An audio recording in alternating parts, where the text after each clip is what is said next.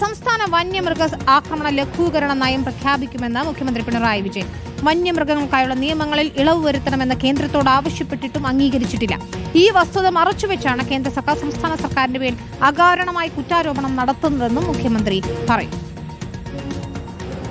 ആടിന് വേണ്ടാത്ത അതിനുവേ സ്വഭാവമുള്ള സസ്യജാലങ്ങൾ വല്ലാതെ വ്യാപിക്കും. മൃഗങ്ങൾക്ക് കാട്ടിൽ ലഭിച്ചിരുന്ന സാധാരണ ഭക്ഷണം ഇതുമൂലം നഷ്ടപ്പെടും. അങ്ങനെ വരുമ്പോൾ വനാതിർത്തികൾക്കപ്പുറത്ത് ഭക്ഷണം തേടിപ്പോകാൻ വന്യജീവികൾ നിർബന്ധിതരാകും. വിസ്തൃതമായ പുൽമേടുകളുണ്ടായിരുന്നു. മാത്രമല്ല, വനാതിർത്തിയിലെ സ്വകാര്യ എസ്റ്റേറ്റുകൾ അവിടെ പരിപാലനമില്ലാതെ കൃഷി നടക്കുന്നു. അപ്പോൾ വന്യമൃഗങ്ങൾ അതിർത്തിയിലാണെന്നുള്ളതുകൊണ്ട് നാട്ടിലേക്ക് ഇറങ്ങാനുള്ള പ്രേരണയായിട്ട് മാറും. സാനിയോ മനോമിയാണ് ചേരുന്നത്. സാനിയോ, സംസ്ഥാന സർക്കാർ പല കാര്യങ്ങളും ചെയ്യുന്നുണ്ടെങ്കിൽ പോലും കേന്ദ്രം ഇതിൽ ഇളവുകൾ നൽകാത്തതാണ് വലിയ പ്രശ്നങ്ങൾക്ക് ഇടവരുത്തുന്നതെന്നാണ് മുഖ്യമന്ത്രി പറയുന്നത്. മാത്രമല്ല, വന്യജീവി ആക്രമണ ലഘൂകരണ നയം പ്രഖ്യാപിക്കുമെന്നാണ് മുഖ്യമന്ത്രി ഇപ്പോൾ കോഴിക്കോട് പറഞ്ഞിരിക്കുന്നത്. എന്താണ് ഉദ്ദേശിക്കുന്നത് സംസ്ഥാന സർക്കാർ ഈ നയം കൊണ്ട്?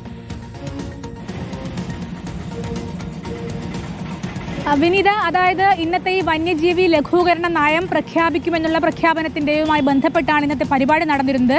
അതായത് വന്യജീവി സംഘർഷവുമായി ബന്ധപ്പെട്ടുള്ള അത് ലഘൂകരിക്കുക എന്ന താല്പര്യത്തോടുകൂടി വനം വകുപ്പും അതുപോലെ ക്ഷണിക്കപ്പെട്ട അതിഥികളും പഞ്ചായത്ത് പ്രസിഡന്റുമാരും പഞ്ചായത്ത് മെമ്പർമാരും എല്ലാവരും ചേർന്നുള്ള ഒരു ആലോചനാ യോഗവും പുതിയ RRT ടീമിന്റെ പ്രഖ്യാപനവും ഒക്കെ നടക്കുന്ന ഘട്ടത്തിലാണ് ഇത്തരത്തിലുള്ളൊരു പ്രഖ്യാപനം. അതായത് സംസ്ഥാന വന്യമൃഗ ആക്രമണ ലഘൂകരണ നയം പ്രഖ്യാപിക്കുമെന്ന് മുഖ്യമന്ത്രി പറഞ്ഞിരിക്കുന്നത്. മാത്രമല്ല, മുഖ്യമന്ത്രി കേന്ദ്ര സർക്കാരിനെ കുറ്റപ്പെടുത്തുന്ന തരത്തിലേക്ക് കാര്യങ്ങൾ പോവുകയുണ്ടായിരുന്നു. മുഖ്യമന്ത്രി പറഞ്ഞത് നാടൻ കുരങ്ങുകളടക്കമുള്ളവ വലിയ തരത്തിൽ കൃഷിനാശമടക്കം വരുത്തുന്ന സാഹചര്യമുണ്ട്.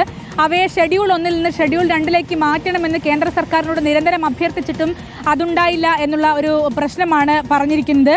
ഏതായാലും വനത്തിന് പുറത്ത് സംഭവിക്കുന്ന ജീവഹാനിക്കടക്കമുള്ള തുക കൂട്ടുന്നതിൽ സംസ്ഥാന സർക്കാർ ഇടപെട്ടു എന്നടക്കം പറയുന്നു. കാട്ടുപന്നികളെ ക്ഷുദ്രജീവികളായി പ്രഖ്യാപിക്കണമെന്ന് കേരളത്തിന്റെ ആവശ്യം കേന്ദ്രം തള്ളുകയാണ് ഉണ്ടായതെന്നുള്ള കുറ്റപ്പെടുത്തലും മുഖ്യമന്ത്രി നടത്തി.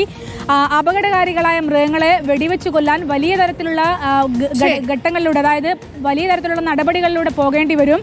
ഇത് ലഘൂകരിക്കാൻ കേരളം ആവശ്യപ്പെട്ടിട്ടും കേന്ദ്രം തയ്യാറായില്ല എന്നും മുഖ്യമന്ത്രി കുറ്റപ്പെടുത്തി.